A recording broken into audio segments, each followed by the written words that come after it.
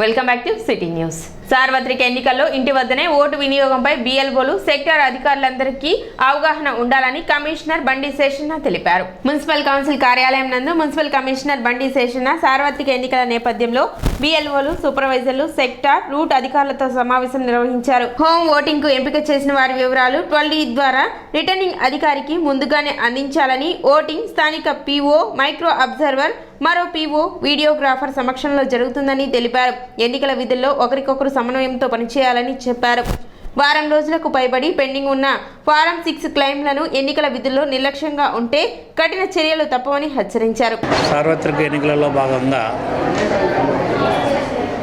తెనాలి మున్సిపాలిటీకి సంబంధించినటువంటి బిఎల్ఓస్తో కలుసుకోవడం జరిగింది. వారితో కొన్ని విషయాలు చెప్పడం అయింది. అదేంటంటే ఆబ్సెంటీ ఓటర్స్ ఉంటారు. ఆబ్సెంటీ ఓటర్స్ అనగా 85 ఏళ్ళు పైన ఉన్న వాళ్ళు, పీడబ్ల్యూడీ ఓటర్స్, డిజేబుల్డ్ ఉన్నటువంటి వాళ్ళను ఓటింగ్ ప్రక్రియలో ఏ విధంగా పాల్గొనవేయాలి. సో వాళ్ళకు హోమ్ ఓటింగ్ సిస్టమ్ అనేది ఒకటి ఉంది. దానికి సంబంధించి వీళ్ళకు ఈరోజు ట్రైనింగ్ ఇవ్వటం అయింది. అదేవిధంగా సార్వత్రిక ఎన్నికల్లో బిఎల్ఓస్ ఏ పనులు చేయాల్సి ఉంటుంది ఏంటంటే విషయాలు కూడా వాళ్ళకు చెప్పడం అయింది. అదేవిధంగా ఓటర్లందరికీ కూడా అవగాహన కల్పించేటువంటి విషయాలు కూడా చెప్పడం అయింది. ఇంటింటికి వెళ్ళి ఓటు వేయండి అనేటువంటి విషయం గురించి చెప్తున్నాం. జొన్న, మొక్కజొన్న పంటలు అయిపోయిన తర్వాత భూమిని సారవంతం చేసుకోవాలంటే జనుము, జిలుగు, పిల్లి పెసర తప్పనిసరిగా పొలాల్లో చల్లుకోవాలని తెనాలి మండల వ్యవసాయ అధికారి ప్రేమ్ సాగర్ తెలిపారు. ఏప్రిల్ నెల చివరిలోపు రైతు భరోసా కేంద్రాల ద్వారా రాయితీతో వాటిని అందించేందుకు చర్యలు తీసుకుంటామని తెలిపారు. జొన్న, మొక్కజొన్న పంటలకు సంబంధించి మార్కెటింగ్ శాఖ అధికారులతో చర్చించి కొనుగోలు కేంద్రాలను ఏర్పాటు చేయనున్నట్లు చెప్పారు. అదేవిధంగా పొలం పనులకు వెళ్లే రైతులు ఎండ తీవ్రత దృష్ట్యా వడదెబ్బ తగలకుండా తగిన జాగ్రత్తలు పాటించాలని రైతులకు విజ్ఞప్తి చేశారు. ఈ పంట అయిపోయిన తర్వాత మనం భూమిని సారము చేసుకోవాలంటే తప్పనిసరిగా జనుము, జీలుగా, పిల్లి పెసర వేసుకోవాలి. ఎందుకంటే జొన్న వేసి ఎక్కువ ఎరువులు వేసి మన భూమి పాడైపోయింది. దాన్ని సబ్స్టిట్యూట్ చేసుకోవాలంటే జనుము, జీలుగా, పిల్లి పెసర విత్తనాలు కంపల్సరీగా వేసుకోవాలి. ఈ నెలాఖరు లోపల మేము రైతు భరోసా కేంద్రాల ద్వారా జనుము, జీలుగా, పిల్లి పెసర విత్తనాలను సరఫరా చేసేందుకు గట్టిగా ప్రయత్నిస్తున్నాం. కాబట్టి రైతు సోదరులందరూ గమనించి భూమిని వృద్ధి చేసుకునేందుకు రైతు భరోసా కేంద్రాల ద్వారా జనుము, జీలుగా, పిల్లి పెసర విత్తనాలను తీసుకోవాల్సిందిగా 50% రాయితీపై తీసుకోవాల్సిందిగా కోరుతున్నాం. జీలుగా 1 కేజీ 44 రూపాయలు పడుతుంది. అదే జనుమ కూడా 1 కేజీ 44 రూపాయలు పడుతుంది. అదే పిల్లి పెసర 1 కేజీ 83 రూపాయలు పడుతుంది. Subsidy rate 50% rate. కాబట్టి రైతు సోదరులు సద్వినియోగం చేసుకోవాల్సిందిగా కోరుతున్నాం. రైతు సోదరులు కూడా ఎండల దృష్ట్యా కొంచెం రైతులు మెజర్మెంట్స్ తీసుకొని టోపీలు గీపీలు పెట్టుకొని చేలలో తిరగాల్సిందిగా కోరుతున్నాం. ఎందుకంటే వడ దెబ్బకి మరలా రైతులు దెబ్బతినకుండా ఉండాల్సిందని కోరుకుంటున్నాను.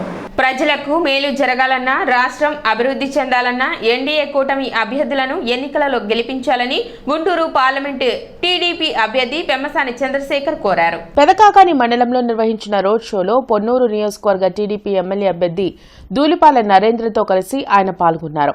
వైసీపీ అరాచక పాలనతో ప్రజలు విసుగెత్తిపోయారని, ఎన్నికల్లో కూటమిని గెలిపించేందుకు ప్రజలు ఎదురు చూస్తున్నారని చెప్పారు. నామినేటెడ్ పోస్టుల భర్తీలో బీసీలకు సీఎం జగన్ అన్యాయం చేశారని పెమ్మసాని విమర్శించారు.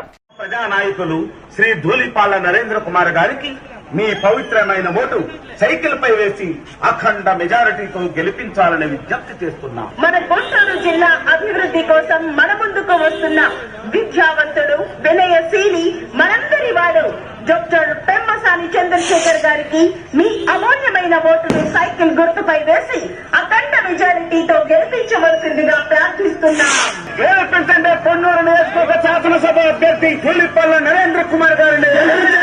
గెలిపించండి పొన్నూరు నియోజకవర్గ టీడీపీ, జనసేన, బీజేపీ బలపరిచిన శాసనసభ అభ్యర్థి ధూళిపాల నరేంద్ర కుమార్ గారిని. గంజాయి మొత్తం గ్రామంలో ఉన్న ప్రతి ఇంటికి చేర్చారు. వాటిని అరికట్టడానికి ఆయనకు టైం ఉండదు. ప్రజలందరూ నీళ్లు, అయ్యో రామచంద్ర ఇట్లా నీళ్లు లేవని బాధపడుతుంటే అసలు నీళ్ల గురించి ఆలోచించేవాడు కానీ, అసలు నీళ్ల సమస్య ఉందని కానీ దీనికి కొంచెం ప్రణాళిక కావాలని కానీ, అంటే నీళ్లు అనేది సమ్మర్లో దాహం వేస్తుంది, కరెంటు పోతుంది, ఇవనేది ఒక గ్రామంలో ఉండే ఒక వ్యక్తికి కూడా తెలిసిన విషయాలు. ఆయన బయటకు రాడు, ఇంట్లో కూర్చుంటాడు, పొరపాటున బయటకు వస్తే ఉన్న 4 చెట్లు నరికేస్తాడు. అశోకుడు చెట్లు నాటించనైతే జగన్మోహన్ రెడ్డి గారు చెట్లు నరికించను. మీ కోపాన్ని ఓట్ల ఉప్పెన రూపంలో తీసుకొచ్చి ఆయనకి చరమగీతం పాడాలని కోరుకుంటూ మీ అపూర్వ స్వాగతానికి నా హృదయపూర్వక కృతజ్ఞతలు. ఎంఆర్పీఎస్ జాతీయ అధ్యక్షులు మందకృష్ణ మాదిగ గుంటూరులో సమావేశం నిర్వహించారు. ఈ సందర్భంగా మీడియాతో ఆయన మాట్లాడుతూ గత 30 సంవత్సరాలు ఉద్యమానికి సహకరించిన ప్రతి ఒక్కరికి ధన్యవాదాలు తెలిపారు. ఎన్డీఏ కూటమికి పూర్తి సహకారం అందిస్తున్నామని చెప్పారు. సంక్షేమ పథకాలు అమలు కావాలంటే కూటమి అధికారంలోకి రావాలని మందకృష్ణ మాదిగ తెలిపారు. మాదిగల సంక్షేమం కోసం మాదిగ కార్పొరేషన్కు నిధులు కేటాయించకుండా మా ఆర్థిక అభివృద్ధిని అడ్డుకునే ప్రభుత్వంగా జగన్మోహన్ రెడ్డి గారి ప్రభుత్వం ఉన్నది. షెడ్యూల్ కులాల వర్గీకరణకు అనుకూలంగా సుప్రీంకోర్టులో లాయర్ను నియమించకుండా వర్గీకరణ వ్యతిరేక శక్తులకు జగన్మోహన్ రెడ్డి గారి ప్రభుత్వం అండగా నిలబడి మా వర్గీకరణకు వ్యతిరేకంగా జగన్మోహన్ రెడ్డి గారి ప్రభుత్వం అనేది రుజువవుతుంది. షెడ్యూల్ కులాల వర్గీకరణ జరిగితేనే మా పిల్లల చదువులు మాకు ఉద్యోగాలు దక్కుతాయనే విషయం నిర్ధారణ అయితే, మరి వర్గీకరణకు అనుగుణంగా లాయర్ను పెట్టకపోవడం మా విద్యా ఉద్యోగ అవకాశాలను జగన్మోహన్ రెడ్డి గారి ప్రభుత్వం అందకుండా చేయడంలో భాగమే. మాదిగ కార్పొరేషన్కు 5 ఏళ్ళు గడిచినా 5 రూపాయలు కూడా కేటాయించలేదంటే మమ్మలను ఆర్థికంగా ఎదగకుండా కుట్రలు చేసినది కూడా జగన్మోహన్ రెడ్డి గారి ప్రభుత్వమే.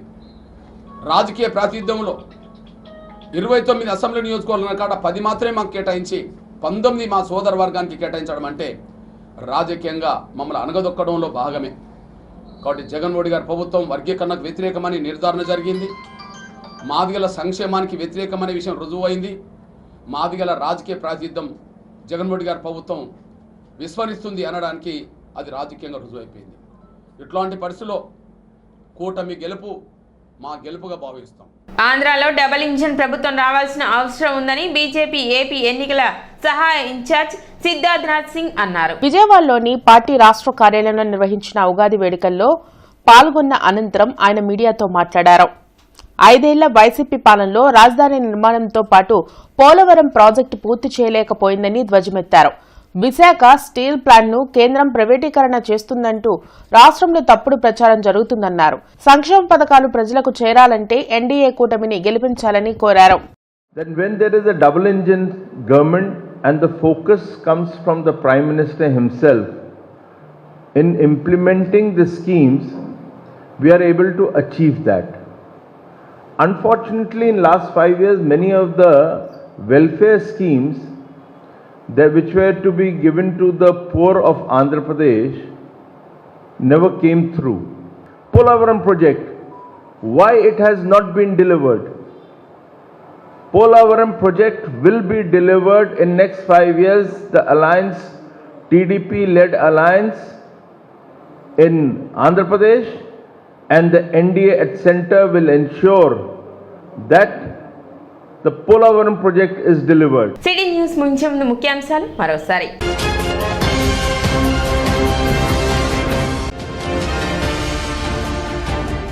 పట్టణంలో ఘనంగా ఉగాది పర్వదిన వేడుకలు.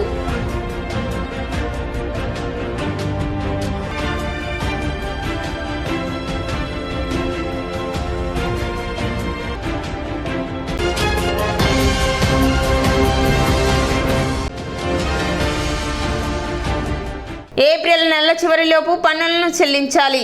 మున్సిపల్ కమిషనర్ బండి శేషన్న విజ్ఞప్తి.